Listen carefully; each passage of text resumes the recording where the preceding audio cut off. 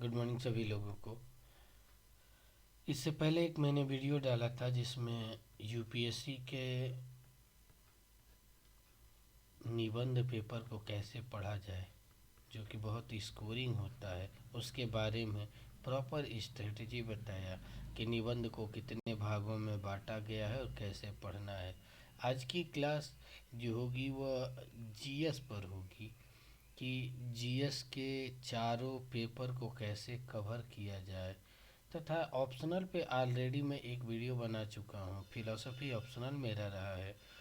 Optional philosophy को कैसे पढ़ा जाए, वो कैसे हेल्प कर सकता है, कौन कौन सी किताबें पढ़नी है, वो सारे आयाम बता दिया। निबंध का भी बता दिया। इसका कुछ बच्चे पूछ रहे थे कि जीएस को कैसे टेकल किया जाए, तो जो मेरी स्ट्रेटजी रही है वही आपको बताऊंगा। देखो, स्ट्रेटजी सुनो सबकी, लेकिन अपनी खुद की स्ट्रेटजी बनाओ, क्योंकि ज़िंदगी में जो भी सफल हुआ है ना, वो अपने खुद के स्टाइल में हुआ है। किसी के अनुसार मत बदलो कि ये ऐसे किए हैं तो ये ऐसे किए हैं, नहीं। आप अपनी खुद की स्ट्रेटजी बनाओ, उस पर अमल करो। सफलता का सबसे अच्छा मापदंड है। ये जीएस पेपर वन का है, जीएस पेपर वन का है, और इंग्लिश और हिंदी दोनों में है। ठीक है, इंग्लिश में लिखा हुआ है, और मैं हिंदी वाली चीज़ों को करूँगा, क्योंकि इंग्लिश में तो बहुत सी चीज़ें मिल जाती है, हिंदी वाले बेल्ट के बच्चों को बहुत कम मिलती है। आपको इसके सिमिलर एक्शन में आप इंग्लिश की पढ़ सकते हैं। जैसे पहला है कि भारतीय संस्कृति में प्राचीन काल से आधुनिक काल तक की कला के रूप में साहित्य वास्तु कला मुख्य रूप से, ये आर्ट एंड कल्चर का पार्ट है। नितिन सिंघानिया की बुक आती है, और एक क्लास ट्वेल्थ और 11th की बुक आती है एनसीईआरटी की, उसको पढ़ लीजिए, कवर हो जाती है बहुत अच्छे तरीके से। और वो भारत सरकार में संस्कृति मंत्रालय की जो वेबसाइट है उसे देखते रहिए। ठीक है, और थोड़ा सा पीआईबी कल्चर, पीआईबी को प्रेस इंफॉर्मेशन ब्यूरो का, ये आपसे करंट की चीज़ें जोड़ लेगी। ठीक है, और ये दोनों आपको कंसेप्ट बना देगा। बस इतना ही बात। आज ये ज़रूरी नहीं है कि आप कितना पढ़ रहे हैं, आज ये ज़रूरी है कि कम से कम सोर्स को, ऑथेंटिक सोर्स को कितनी बार पढ़ रहे हैं। मैं हमेशा बोलता हूँ, सफलता एक किताब को 10 बार, एक किताब को 100 बार पढ़ने से मिलती है, न कि 10 100 किताबों को एक बार पढ़ने से मिलती है। प्लीज़ इस फॉर्मेट को मत फॉलो कीजिए, इसको फॉलो कीजिए। इसके लिए आपको लीगल एंड ऑथेंटिक स्रोत तो चाहिए, वो मैं आपको बता रहा हूँ, आराम से उस पर चलिए। दूसरा है, इसका टॉपिक है 18वीं सदी में लगभग मध्य से लेकर वर्तमान समय तक आधुनिक भारत की। तो दो दो तीन चीज़ें, जैसे बिपिन चंद्रा हो गई, बिपिन चंद्रा में मदद कर देता है, स्पेक्ट्रम मदद कर देता है।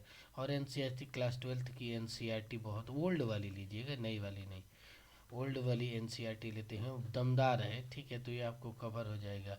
प्री के लिए भी, ये प्री में भी काम आता है, ये भी प्री में काम आता है, प्लस मेंस में काम आता है। ठीक है, ये चीज़ें हो गई। उसके बाद ये भी वाला वो पोर्शन कवर हो जाएगा। वहाँ से स्वतंत्रता के बाद इसमें भी एक रामचंद्र गुहा की किताब है, उसे भी पढ़ा जा सकता है, लेकिन बेसिक चीज़ें मिल ही जाती है स्पेक्ट्रम की चीज़ों में।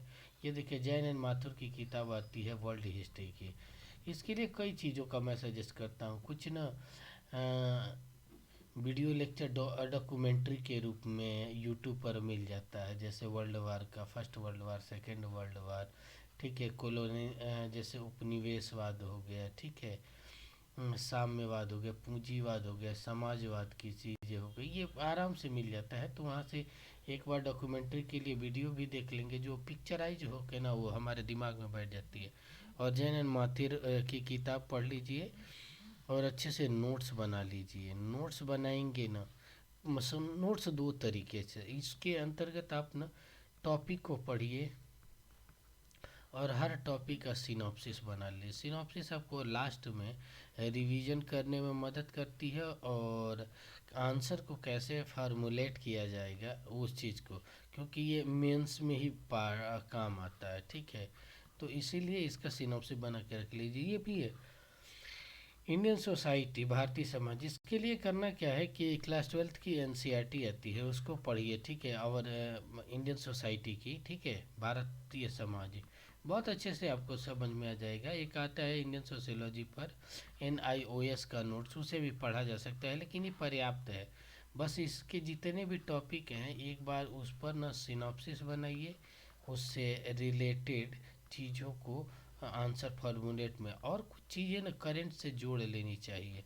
जैसे समाज में कुछ बदलाव हो रहा है तो, नहीं तो ये स्टैटिक पोर्शन होम के अंतर्गत आ जाता है, कवर हो जाएगा। ये भी स्टैटिक पोर्शन में आ जाता है, ये सारे स्टैटिक पोर्शन में आता है। तो एक बार जितना पढ़िए इसका सिनॉप्सिस बनाइए। देखिए महिलाओं की भूमिका बहुत इम्पोर्टेंट हो जाता है, ये आपको ऐसे में भी थोड़ा सा काम कर देता है, सोशल जस्टिस के भी बेस कंसेप्ट समझने में काम कर देता है। तो इस चीज़ को बहुत अच्छे से पढ़ने की ज़रूरत है। यहाँ से क्लास 12th वाली इंडियन सोसाइटी में ख़त्म हो जाता है ये भी वाला, भारतीय समाज पर ग्लोबलाइजेशन का प्रभाव। ठीक है, सामाजिक सशक्तिकरण, ये पूरा हो जाएगा। ठीक है, NIOS वाला नोट्स देख लीजिए कि NIOS का क्लास वहाँ पर भारतीय समाज आपको कवर हो जाएगा। ठीक है, उसके बाद ये ज़रूरी नहीं है कि क्या क्या पढ़ें, ये ज़रूरी है कि किस तरीके से पढ़ें। तो आप इस पे काम करिए। अब देखिए यहाँ से वर्ल्ड ज्योग्राफी स्टार्ट हो गई, जियोग्राफी। तो जियोग्राफी को तीन ही क्लाइमेट में बांट लीजिएगा। तीन, एक होता है, ये देखो ये स्टैटिक पोर्शन होता है, कभी नहीं बदलता रहता है, जियोमॉर्फोलॉजी, ओशियनोग्राफी और क्लाइमेटोलॉजी। ये पूरा का पूरा ये आपका स्टैटिक पोर्शन है। थोड़ा सा मैप को जोड़ के कर देंगे, और मैप को करंट से जोड़िएगा। जैसे जो भी चर्चा में इस समय अक्सर दो क्षेत्र चर्चा में रहता है, जो खाड़ी बेल्ट है ना, ये वाला चर्चा में रहता है, इस समय भी चर्चा में है, रसिया यूक्रेन के बगल वाले से। ठीक है, इस चीज़ों को आप देखते रहिएगा। उसके बाद एक बार मैप बताऊंगा कि आपके पूरे माइंड पर पूरा वर्ल्ड का मैप, कि अलास्का से स्टार्ट है, शुरू कैसे करना है मैप को। देखो, तो अलास्का से शुरुआत करके, ठीक है, नॉर्थ अमेरिका आना है पहले, नॉर्थ अमेरिका से ये हो गया साउथ अमेरिका। ठीक है, यहाँ तक आ गए, यानी नॉर्थ अमेरिका साउथ अमेरिका के पहले देश का नाम लिखना है, राजधानी सीखना है। उसके बाद दूसरा स्टेज में पॉलिटिकल नेचुरल की चीज़ों के चलना है। इसमें दो चीज़ें, रिवर्स को देखना है और लोकेशन को देखा है। तीसरे स्टेज पर जो जो खाड़ियाँ हैं वो चीज़ों को याद कर लेंगे, माउंटेन है हो जाता है तीन स्टेज में। उसके बाद यहाँ से आए तो उसके बाद यहाँ पे अफ्रीका है। ठीक है, ये वाला।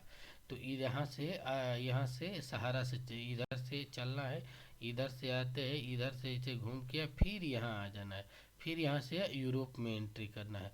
तो ये किनारे पकड़ लीजिएगा, ये वाला किनारा, ये इसे पकड़ते पकड़ते पकड़ते ये चीज़ें ये इसी के किनारे आके यहाँ पर ये देखो ये मिला हुआ है, यहाँ मिल जाता है। ठीक है, तो ये पूरा कवर हो गया।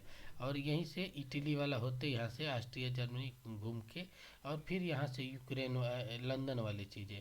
और उसके बाद यहाँ पर बाल्कन कंट्री आ जाती है, Balkan country, Balkan Netherland, Finland, स्वीडनलैंड हमेशा रहता है हैप्पीनेस इंडेक्स में। उसी से यहाँ से रसिया को पकड़ लेना है, और इसके इसी किनारे से होते जापान, चीन, वियतनाम, यही तरीके से होते एकदम इंडिया में, ये इंडिया में उतर आना है। इंडिया में होते फिर अब Pakistan, Afghanistan, Iraq, Iran, Saudi Arab, ये होते एकदम मिल जाएगा। ठीक है, उसके बाद ऑस्ट्रेलिया को पढ़ना है। ऑस्ट्रेलिया को देखो, एक, दो, तीन, चार और यह बीच वाला, पांच भागों में बांट के पढ़िएगा। ठीक है, तो आपको सही ये हो जाएगा, पूरा याद हो जाएगा।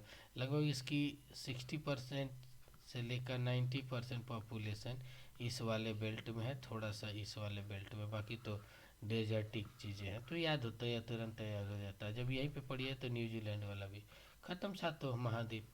आगे की अभी इसके लिए किताब मैंने बताया, देखिए जीसी लियोन की एक किताब आती है, जीसी जीसी लियोन की सोशल चीज़ों को। और इसमें एक उसके बाद ओल्ड एनसीईआरटी जरूर पढ़ लीजिएगा, ओल्ड एनसीईआरटी क्लास 12th वाली बहुत अच्छी है।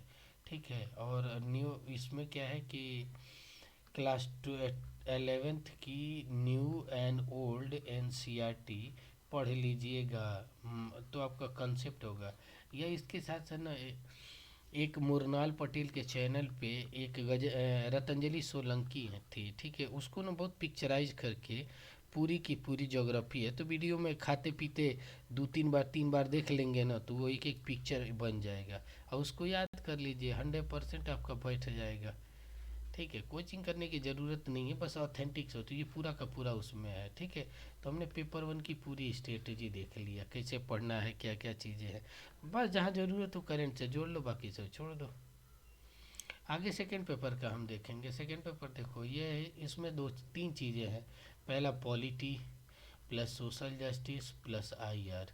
तो आईआर को भी पॉलिटी का ही पार्ट माना जाता है। जब आपकी ज्योग्राफी कवर हो जाएगी, मैप कवर हो जाएगा, तो आईआर को समझने में ना 90% चीज़ें आसान हो जाती है। सोशल जस्टिस का ये समझ कर सकते हैं कि ये थ्योरेटिकल पार्ट है, तो सोशल जस्टिस उसका प्रैक्टिकल पार्ट है। ठीक है, तो ये लक्ष्मीकांत एक एक किताब ही सजेस्ट किया जाता है। और प्रोफेसर पुष्पेश पंत सर का ना कुछ एक किताब बहुत अच्छी आती है यार, कि एक बार देखिएगा, बहुत अच्छे से आपको समझ में आएगा। जेएनयू में प्रोफेसर थे और उनकी बहुत सी वीडियो लेक्चर भी है, बहुत मुझे तो बहुत अच्छा लगता था। एक बार पढ़ने के बाद सारी चीज़ें कवर हो जाती है। बाकी क्लास 11th की और क्लास ट्वेल्थ की ओल्ड प्लस न्यू दोनों, ओल्ड ही पढ़िए, न्यू की केवल एक पढ़िएगा। और कॉन्स्टिट्यूशन, हमारा संविधान, ये वाला इम्पोर्टेंट है। ओल्ड को पूरा कवर कर लीजिएगा, बाकी ये पूरा पेपर 2 कवर हो जाएगा, ये पूरा का पूरा। ठीक है, सोशल जस्टिस के अंतर्गत कुछ वीडियो लेक्चर पढ़े हुए हैं टॉपिक से रिलेटेड। ये आपको ना जहाँ भी पढ़ते होंगे, आपकी स्टडी के एक एक चीज़, स्टडी जहाँ आप करते हैं, स्टडी टेबल के आगे ये चिपका होना चाहिए आपके माइंड पर। चारों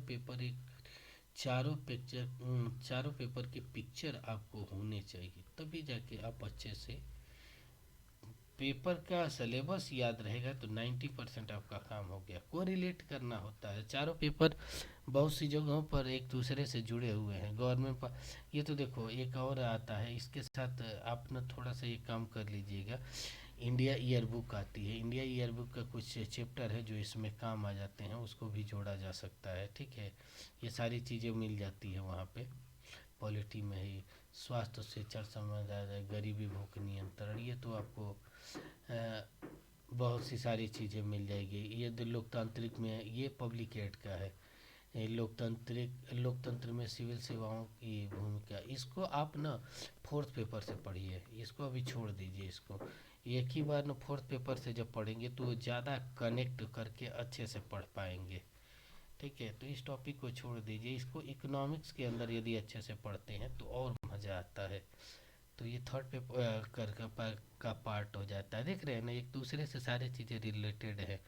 इसकी जो डेटा चाहिए वो इंडिया ईयरबुक से मिल जाए, या भारत सरकार का बजट आता है, बजट के वॉल्यूम 2 से। वॉल्यूम 2 ज़्यादा काम करता है मेंस में, तो उसको अब तो सुनने एक ही में आ रहा है, भारत के पड़ोसी देश, ये आईआर है। तो आईआर को कभी भी 2 तरीके से पढ़ना चाहिए। आईआर को 2 तरीके से पड़ोसी देश, आईआर हो गया, देखिए आईआर हो गया, तो आईआर को 2 भागों में, पड़ोसी देश और अदर्स कंट्री। अदर्स कंट्री में देखिए 5 देखना है, बेसिकली 5 देखिए।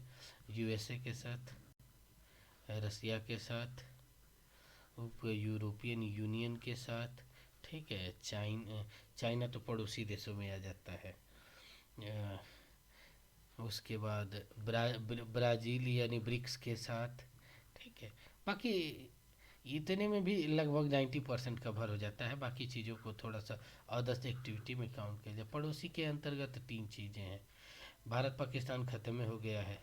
ठीक है, भारत अफगानिस्तान भी लगभग बंद ही हो गया। बचा क्या है? India China. इंडिया चाइना ये चल रहा है। दूसरा बांग्लादेश। तीसरा आपका श्रीलंका हो गया। ठीक है, उसके बाद जो पड़ोसी देश है इनके साथ भूटान हो गया। इनको थोड़ा सा अच्छे से देखना है। और इन सबको देखने के लिए आपको पहले ना जोग्राफिकल रिलेशन, जोग्राफिकल मैपिंग की चीज़ें कंठस्थ होगी। मज़ा आता है पढ़ने में, ज़्यादा टेंशन लेने की बात नहीं होती है, आराम से समझ में आ जाता है। अब एक ना हर साल विजन आई एस वो निकालता है, सारे संस्थाओं के भूमिका और वक्त। वो PDF ऑनलाइन मिल जाता है, उसको पढ़ लेंगे तो ये सारा चीज़ को हो जाएगा। ठीक है, उसके बाद ये देखिए, ये भारतीय अर्थव्यवस्था पैटर्न, यहाँ से थर्ड पेपर पर स्टार्ट हो गया। थर्ड पेपर जिसके अंतर्गत 5, ये सबसे बोरियत पेपर होता है, 5 सेगमेंट होता है। 5 सेगमेंट में देखिए, इकोनॉमिक्स हो गया, साइंस एंड टेक्नोलॉजी हो गया, इन्वायरमेंटल इकोलॉजी हो गया, इंटरनल सिक्योरिटी हो गया, डिजास्टर मैनेजमेंट हो गया। 5 चीज़ें हैं। सबसे बोरियत और सबसे कम नंबर उठता है लोगों का, डेटा बहुत ज़्यादा। देखो इकोनॉमिकल चीज़ों में ये हम इसमें वॉल्यूम 2, मतलब बजट काम आता है, बजट इसके लिए, प्लस इंडिया ईयर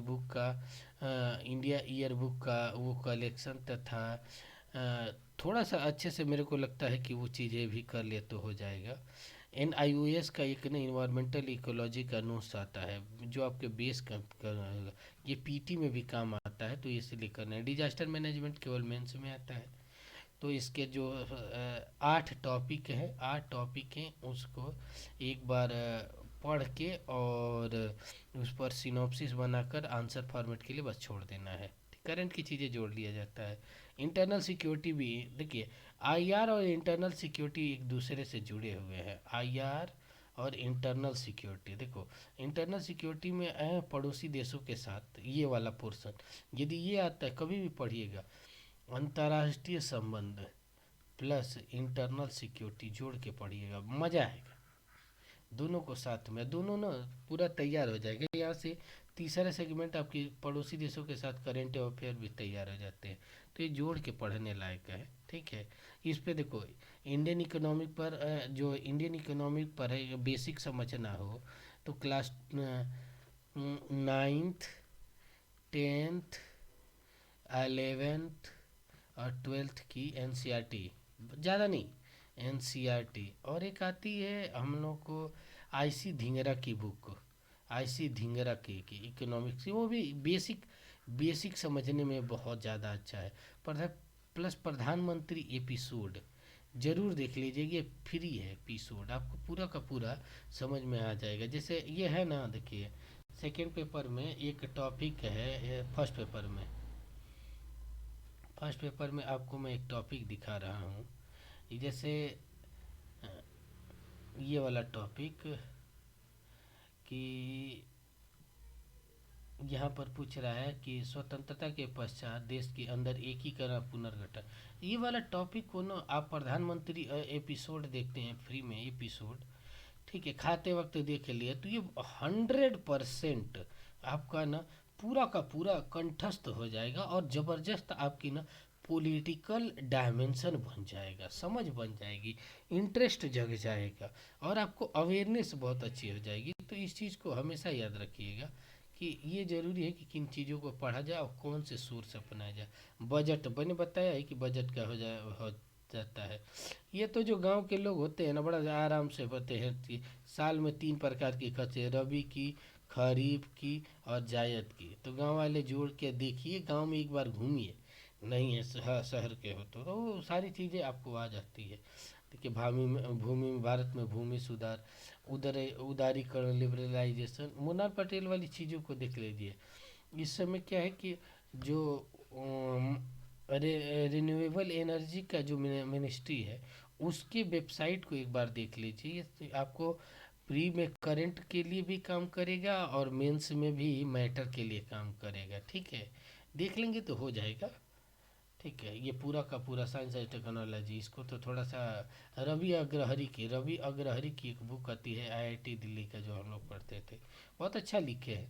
ठीक है, साइंस एंड का मिनिस्ट्री की हो जाएगी। डिजास्टर मैनेजमेंट में ना किसी भी कोचिंग का लेकर, जैसे विजन IAS का PDF मिल जाता है, ठीक है, नेट पर, तो उसको इंग्लिश में और हिंदी दोनों में, तो उसका लेकर उसके बाद पढ़िए और हर टॉपिक का सिनॉप्सिस बना लीजिए, बस बाकी छोड़ दीजिए। क्या भाई तो दूर रहा, जैसे भूकंप आ गया, ज्वालामुखी क्यों आता है, ये तो ज्योग्राफी के पार्ट होता है, बाढ़ आ गई आपदा, ये सारी चीज़ें कैसे होती है, ये सारी चीज़ें एक बार पढ़ लो, छोड़ दो। इंटरनल सिक्योरिटी मैंने बताया कि किस तरीके से पढ़ना है IR के साथ। देखिए आतंकवाद हो गया, अपराध हो गया, मार्क्सवाद हो गया, ये चीज़ों को आप उसी से जोड़ के पढ़िए। फोर्थ पेपर सबसे लेंदी पेपर थर्ड पेपर होता है, सबसे कम स्कोरिंग पेपर थर्ड पेपर होता है, सबसे कम पढ़ना और सबसे अच्छा स्कोरिंग पेपर फोर्थ पेपर होता है। इसकी फ़ायदा क्या है, जो फिलोसफी बैकग्राउंड से हो उनको ना सोने पे सुहागा मिल जाता है। ये कहाँ पे देखिए, इसके दो पार्ट होते हैं, ठीक है। एक होता है थियोरेटिकल पार्ट और वो होता है केस स्टडी। लगभग 250 में से लगभग समान आते हैं। ये 125 नंबर का, 125 नंबर का। कभी कभी ये अधिक हो जाता है तो कभी कभी ये होता है। तो करना क्या है, हमें थ्योरी के पार्ट का, थ्योरी का टॉपिक जो भी है उसे पकड़कर सिनॉप्सिस बना लेना है, ठीक है। सिनॉप्सिस बना के dynamic synopsis, social, political, religious, ethical, moral, सारे डायमेंशन से बना के जोड़ने का ढंग सीखना है। सिनॉप्सिस कैसे बनाया जाए, तो मेरी पिछली वीडियो है चैनल पर, देख सकते हैं कि सिनॉप्सिस कैसे बनाया जाता है किसी भी टॉपिक का। ये सीख गए तो देखिए, किसी भी क्वेश्चन में आपको ना एग्ज़ाम में लगभग 9 मिनट का समय होता है, यदि ठीक ठाक लिखेंगे तो 9 मिनट में 1.5 मिनट आप सिनॉप्सिस बना लीजिए, आपका बच्चा 7 साढ़े 7 मिनट इसमें आपको लिखना होता है। तो ये स्पीड पर ही होगा और ये सिनॉप्सिस ही आपको वो देगी, ठीक है। देखिए नीति शास्त्र टॉपिक नंबर 1 पूरा फिलोसफिकल चीज़ों से है। फिलोसफी में जो इथिक्स अच्छे से पढ़ रहे हो वो मैं पढ़ा भी दूंगा, ठीक है। मैं क्लास में भी पढ़ाता हूँ, मेरी बुक भी है, अच्छा है, इस पे काम भी है, मेरा पकड़ भी है। तो नीति शास्त्र और मानवीय संबंध क्रियाकलापों से, और इसको ना ज़्यादा से ज़्यादा आप अपने लाइफ से जोड़कर आइडियोलॉजिकल रूल्स रेगुलेशन में देखिए, तो जल्दी से ये टॉपिक आपको बहुत मज़ा आता है, ठीक है। ये टॉपिक नंबर, ठीक है, तो दो है। देखिए अब सिविल सेवा के लिए भी रुचि, बुनियादी सत्यनिष्ठा, भेदभाव, ये वाला भी ठीक है। इसमें भी कुछ इथिकल डायमेंशन है, इसको और इसको, एक और तीन को, 1 3 5, ये इथिकल डायमेंशन में ज़्यादा आता है। बाकी पब्लिकेट का है तो वो सारी इसकी इसके कुछ चीज़ें पब्लिकेट की आती है, जिसको मैंने एक टॉपिक छोड़ा था सेकेंड पेपर में, उसको दोनों को जोड़ के पढ़ना है यहाँ पर। उसके देखो भावनात्मक समझ या उस धारणा है भारत के, देखिए ये वाला टॉपिक नंबर 5, ये पूरा का पूरा कंप्लीटली फिलोसफी से, फिलोसफिकल डायमेंशन में है। 1 3 5, ठीक है। इथिक्स का मतलब ही होता है इथिकल डायमेंशन पर, तो इसको आप वहाँ से पढ़िए। देखिए पब्लिकेट, ये पूरा पब्लिकेट चलेगा, यहाँ में भी थोड़ी सी इथिकल डायमेंशन की चीज़ें चलेगी, ठीक है। तो इस चीज़ों को देख लीजिए। और केस स्टडी सबसे दमदार केस स्टडी का होता है। केस स्टडी कैसे सॉल्व करें, पहले क्वेश्चन को देखो, ठीक है। क्वेश्चन को कम से कम 3 बार पढ़ो, 3 बार पढ़े, 3 बार पढ़ने के बाद उसमें से ना इंक्लूडिंग वर्ड को निकालो, वर्ड को निकालो, ठीक है। उसके बाद जो सिस्टमेटिक पार्ट है उससे ऐड कर जोड़ के, ठीक है। और तीसरा इम्प्लीमेंट का आता है, तो इसको क्या करो, इम्प्लीमेंट कई एक, उस समय एक ही काम करते थे, मेरे साथ जो सेलेक्ट हैं वो भी यही करते थे कि एकदम जब इम्प्लीमेंट करते हैं तो आप एकदम आइडियोलॉजिकल हो जाइए, अपने माइंड को आइडियोलॉजिकल आदर्श की चीज़ों में लगाकर और उसको लिखिए, ऑटोमेटिक सारी चीज़ें अच्छे लिख जाएंगे। डायनामिक लिखने का प्रयास कीजिएगा। और ना इसमें केस स्टडी में थोड़ा सा एक चीज़ है कि to the point, to the point dynamic तरीके से लिखेंगे तो वो ज़्यादा होता है। ये लोग पूछते हैं कि पैराग्राफ में ही लिखें कि बुलेट पॉइंट में ही लिखें, देखिए जहाँ ज़रूरत पड़े पैराग्राफ का यूज कीजिए, जहाँ ज़रूरत पड़े बुलेट पॉइंट के रूप में करिए। जैसे सिनॉप्सिस बनाने की बात आती है तो मैं आपको एक सिनॉप्सिस बना के दिखाता हूँ कि सिनॉप्सिस कैसे बनाया जाता है, ठीक है। आप लोगों को बहुत क्लियरली समझ में आ जाएगा, ठीक है। जैसे क्या होता है कि कंसेप्ट ऑफ यदि इथिक्स कहा देता है, इथिक्स कह दिया, ठीक है। तो हमें करना क्या होगा कि इसके लिए आपको पहले इस तरीके से एक फ्लो चार्ट बनाना होगा। इंट्रोडक्शन, इंट्रोडक्शन को 3 में, ये ज़्यादा लंबा नहीं होनी चाहिए, ठीक है। बेसिक इंफॉर्मेशन अबाउट इथिक्स, ठीक है, ठीक ये दूसरा पॉइंट करना क्या है कि मीनिंग ऑफ एथिक्स। तीसरा हो जाएगा importance of ethics in question prospective. बस इतना ही लिख देना है। ये चीज़ ना आपको चेक करने वाले को बता दे कि अंदर बच्चे ने क्या लिखा है, बस हो गया। उसके बाद आप जिस डायमेंशन, जैसे पूछ दिया कि टाइप इथिक्स के संदर्भ में, तो टाइप ऑफ इथिक्स हो गया, ठीक है। उसके बाद relation with ethics plus morality में रिलेशन क्या होता है, ठीक है। ब्यूरोक्रेसी के लिए, ब्यूरोक्रेट्स के लिए इथिकल वैल्यू क्या होती है, मोरल वैल्यू क्या होती है। उसके बाद होगा कि benefits of ethic in bureaucracy या डेमोक्रेट्स, ठीक है। उसके बाद ये टॉपिक हो जाता है, यानी एक फॉर्मेट, दो फॉर्मेट, तीन फॉर्मेट, चार फॉर्मेट, और हर में तीन चार पॉइंट, एक दो तीन चार पाँच करके ऐसे ही की पॉइंट के रूप में बना लेना है। ऐसे बना लेना है। जब ये बन जाता है ना, उसके लास्ट में कंक्लूजन। कंक्लूजन के अंदर तीन चीज़ें देखते हैं हमेशा। ओवरऑल पॉइंट ऑफ व्यू, मैं हमेशा कहता हूँ ओवरऑल पॉइंट ऑफ व्यू लिखिए कि आंसर का ओवरऑल क्या आ रहा है। दूसरा, आपका मत क्या है, ओन ओपिनियन क्या है, और मॉडर्न टाइम में इसकी क्या रेलेवेंस है। इन चीज़ों को जोड़िए, बेस्ट आंसर होगा। और यही सिनॉप्सिस बनाने का तरीका है। आप लोगों से एक गुजारिश ज़रूर रहेगी कि आप बताइएगा कि कमेंट सेक्शन में कि आपको और क्या जानना है। चारों पेपर का मैंने कौन कौन सी बुक पढ़ना है, कौन कौन से करंट की चीज़ें देखना है, क्या क्या टॉपिक है, सब कुछ बता दिया आपको। अब आपको ना इस चीज़ों को रखना है और पढ़ने का प्रयास करना है, ठीक है, ज़्यादा से ज़्यादा, ठीक है। यदि कोई करंट अफेयर्स में या किसी भी टॉपिक में कोई भी समस्या आती है तो ज़रूर बताइए, मैं आपको पूरी तरीके से हेल्प करूँगा, ठीक है, जितना हो सकेगा, ठीक है। क्योंकि मैं यूनिवर्सिटी में प्रोफेसर हूँ, ठीक है, यहाँ पर दिल्ली यूनिवर्सिटी में पढ़ाता हूँ लक्ष्मीबाई कॉलेज में। तो जो भी समय उसके बाद में मिलता है, तो जो मिलेगा उसी में आपको समय निकाल के अच्छे से पढ़ाऊँगा। ये कम्प्लीटली फ्री ऑफ कॉस्ट होता है, जिससे सभी लोगों को अपने अनुभवों से कुछ चीज़ें बता सकूं, सिखा सकूं। यदि सही लगे तो दूसरों तक भी पहुंचाइए, ठीक है। यदि आपको खराब लगता है तो कमेंट में करके बताइए कि क्या खराब लगा, क्या चीज़ें छूटा, तो मैं उसको सुधार के, हो सकता है कि और स्ट्रेटेजी। हमेशा दूसरों को फॉलो मत करो, ठीक है, अंधाधुंध अनुकरण मत करो किसी भी व्यक्ति का। अपनी खुद की स्ट्रेटेजी बनाओ, क्योंकि जीतने वाले कोई अलग कार्य नहीं करते हैं, बल्कि हर कार्य को अलग अंदाज में, अलग तरीके से करने का काम करते हैं। उस चाहत को जगाओ, अपनी खुद की स्ट्रेटेजी बनाओ। अवधेश के द्वारा बनाई गई स्ट्रेटेजी पे चलोगे तो अवधेश जैसा बनोगे, न कि तुम कहाँ हो। अपनी खुद की स्ट्रेटेजी बनाओ। This is the best way to success in this life. तो इस पे फॉलो कीजिए, कमेंट करके बताइए जो भी चीज़ें हैं, हमें भी खुशी मिलेगी। आप सभी लोगों को बहुत बहुत धन्यवाद। Thank you so much.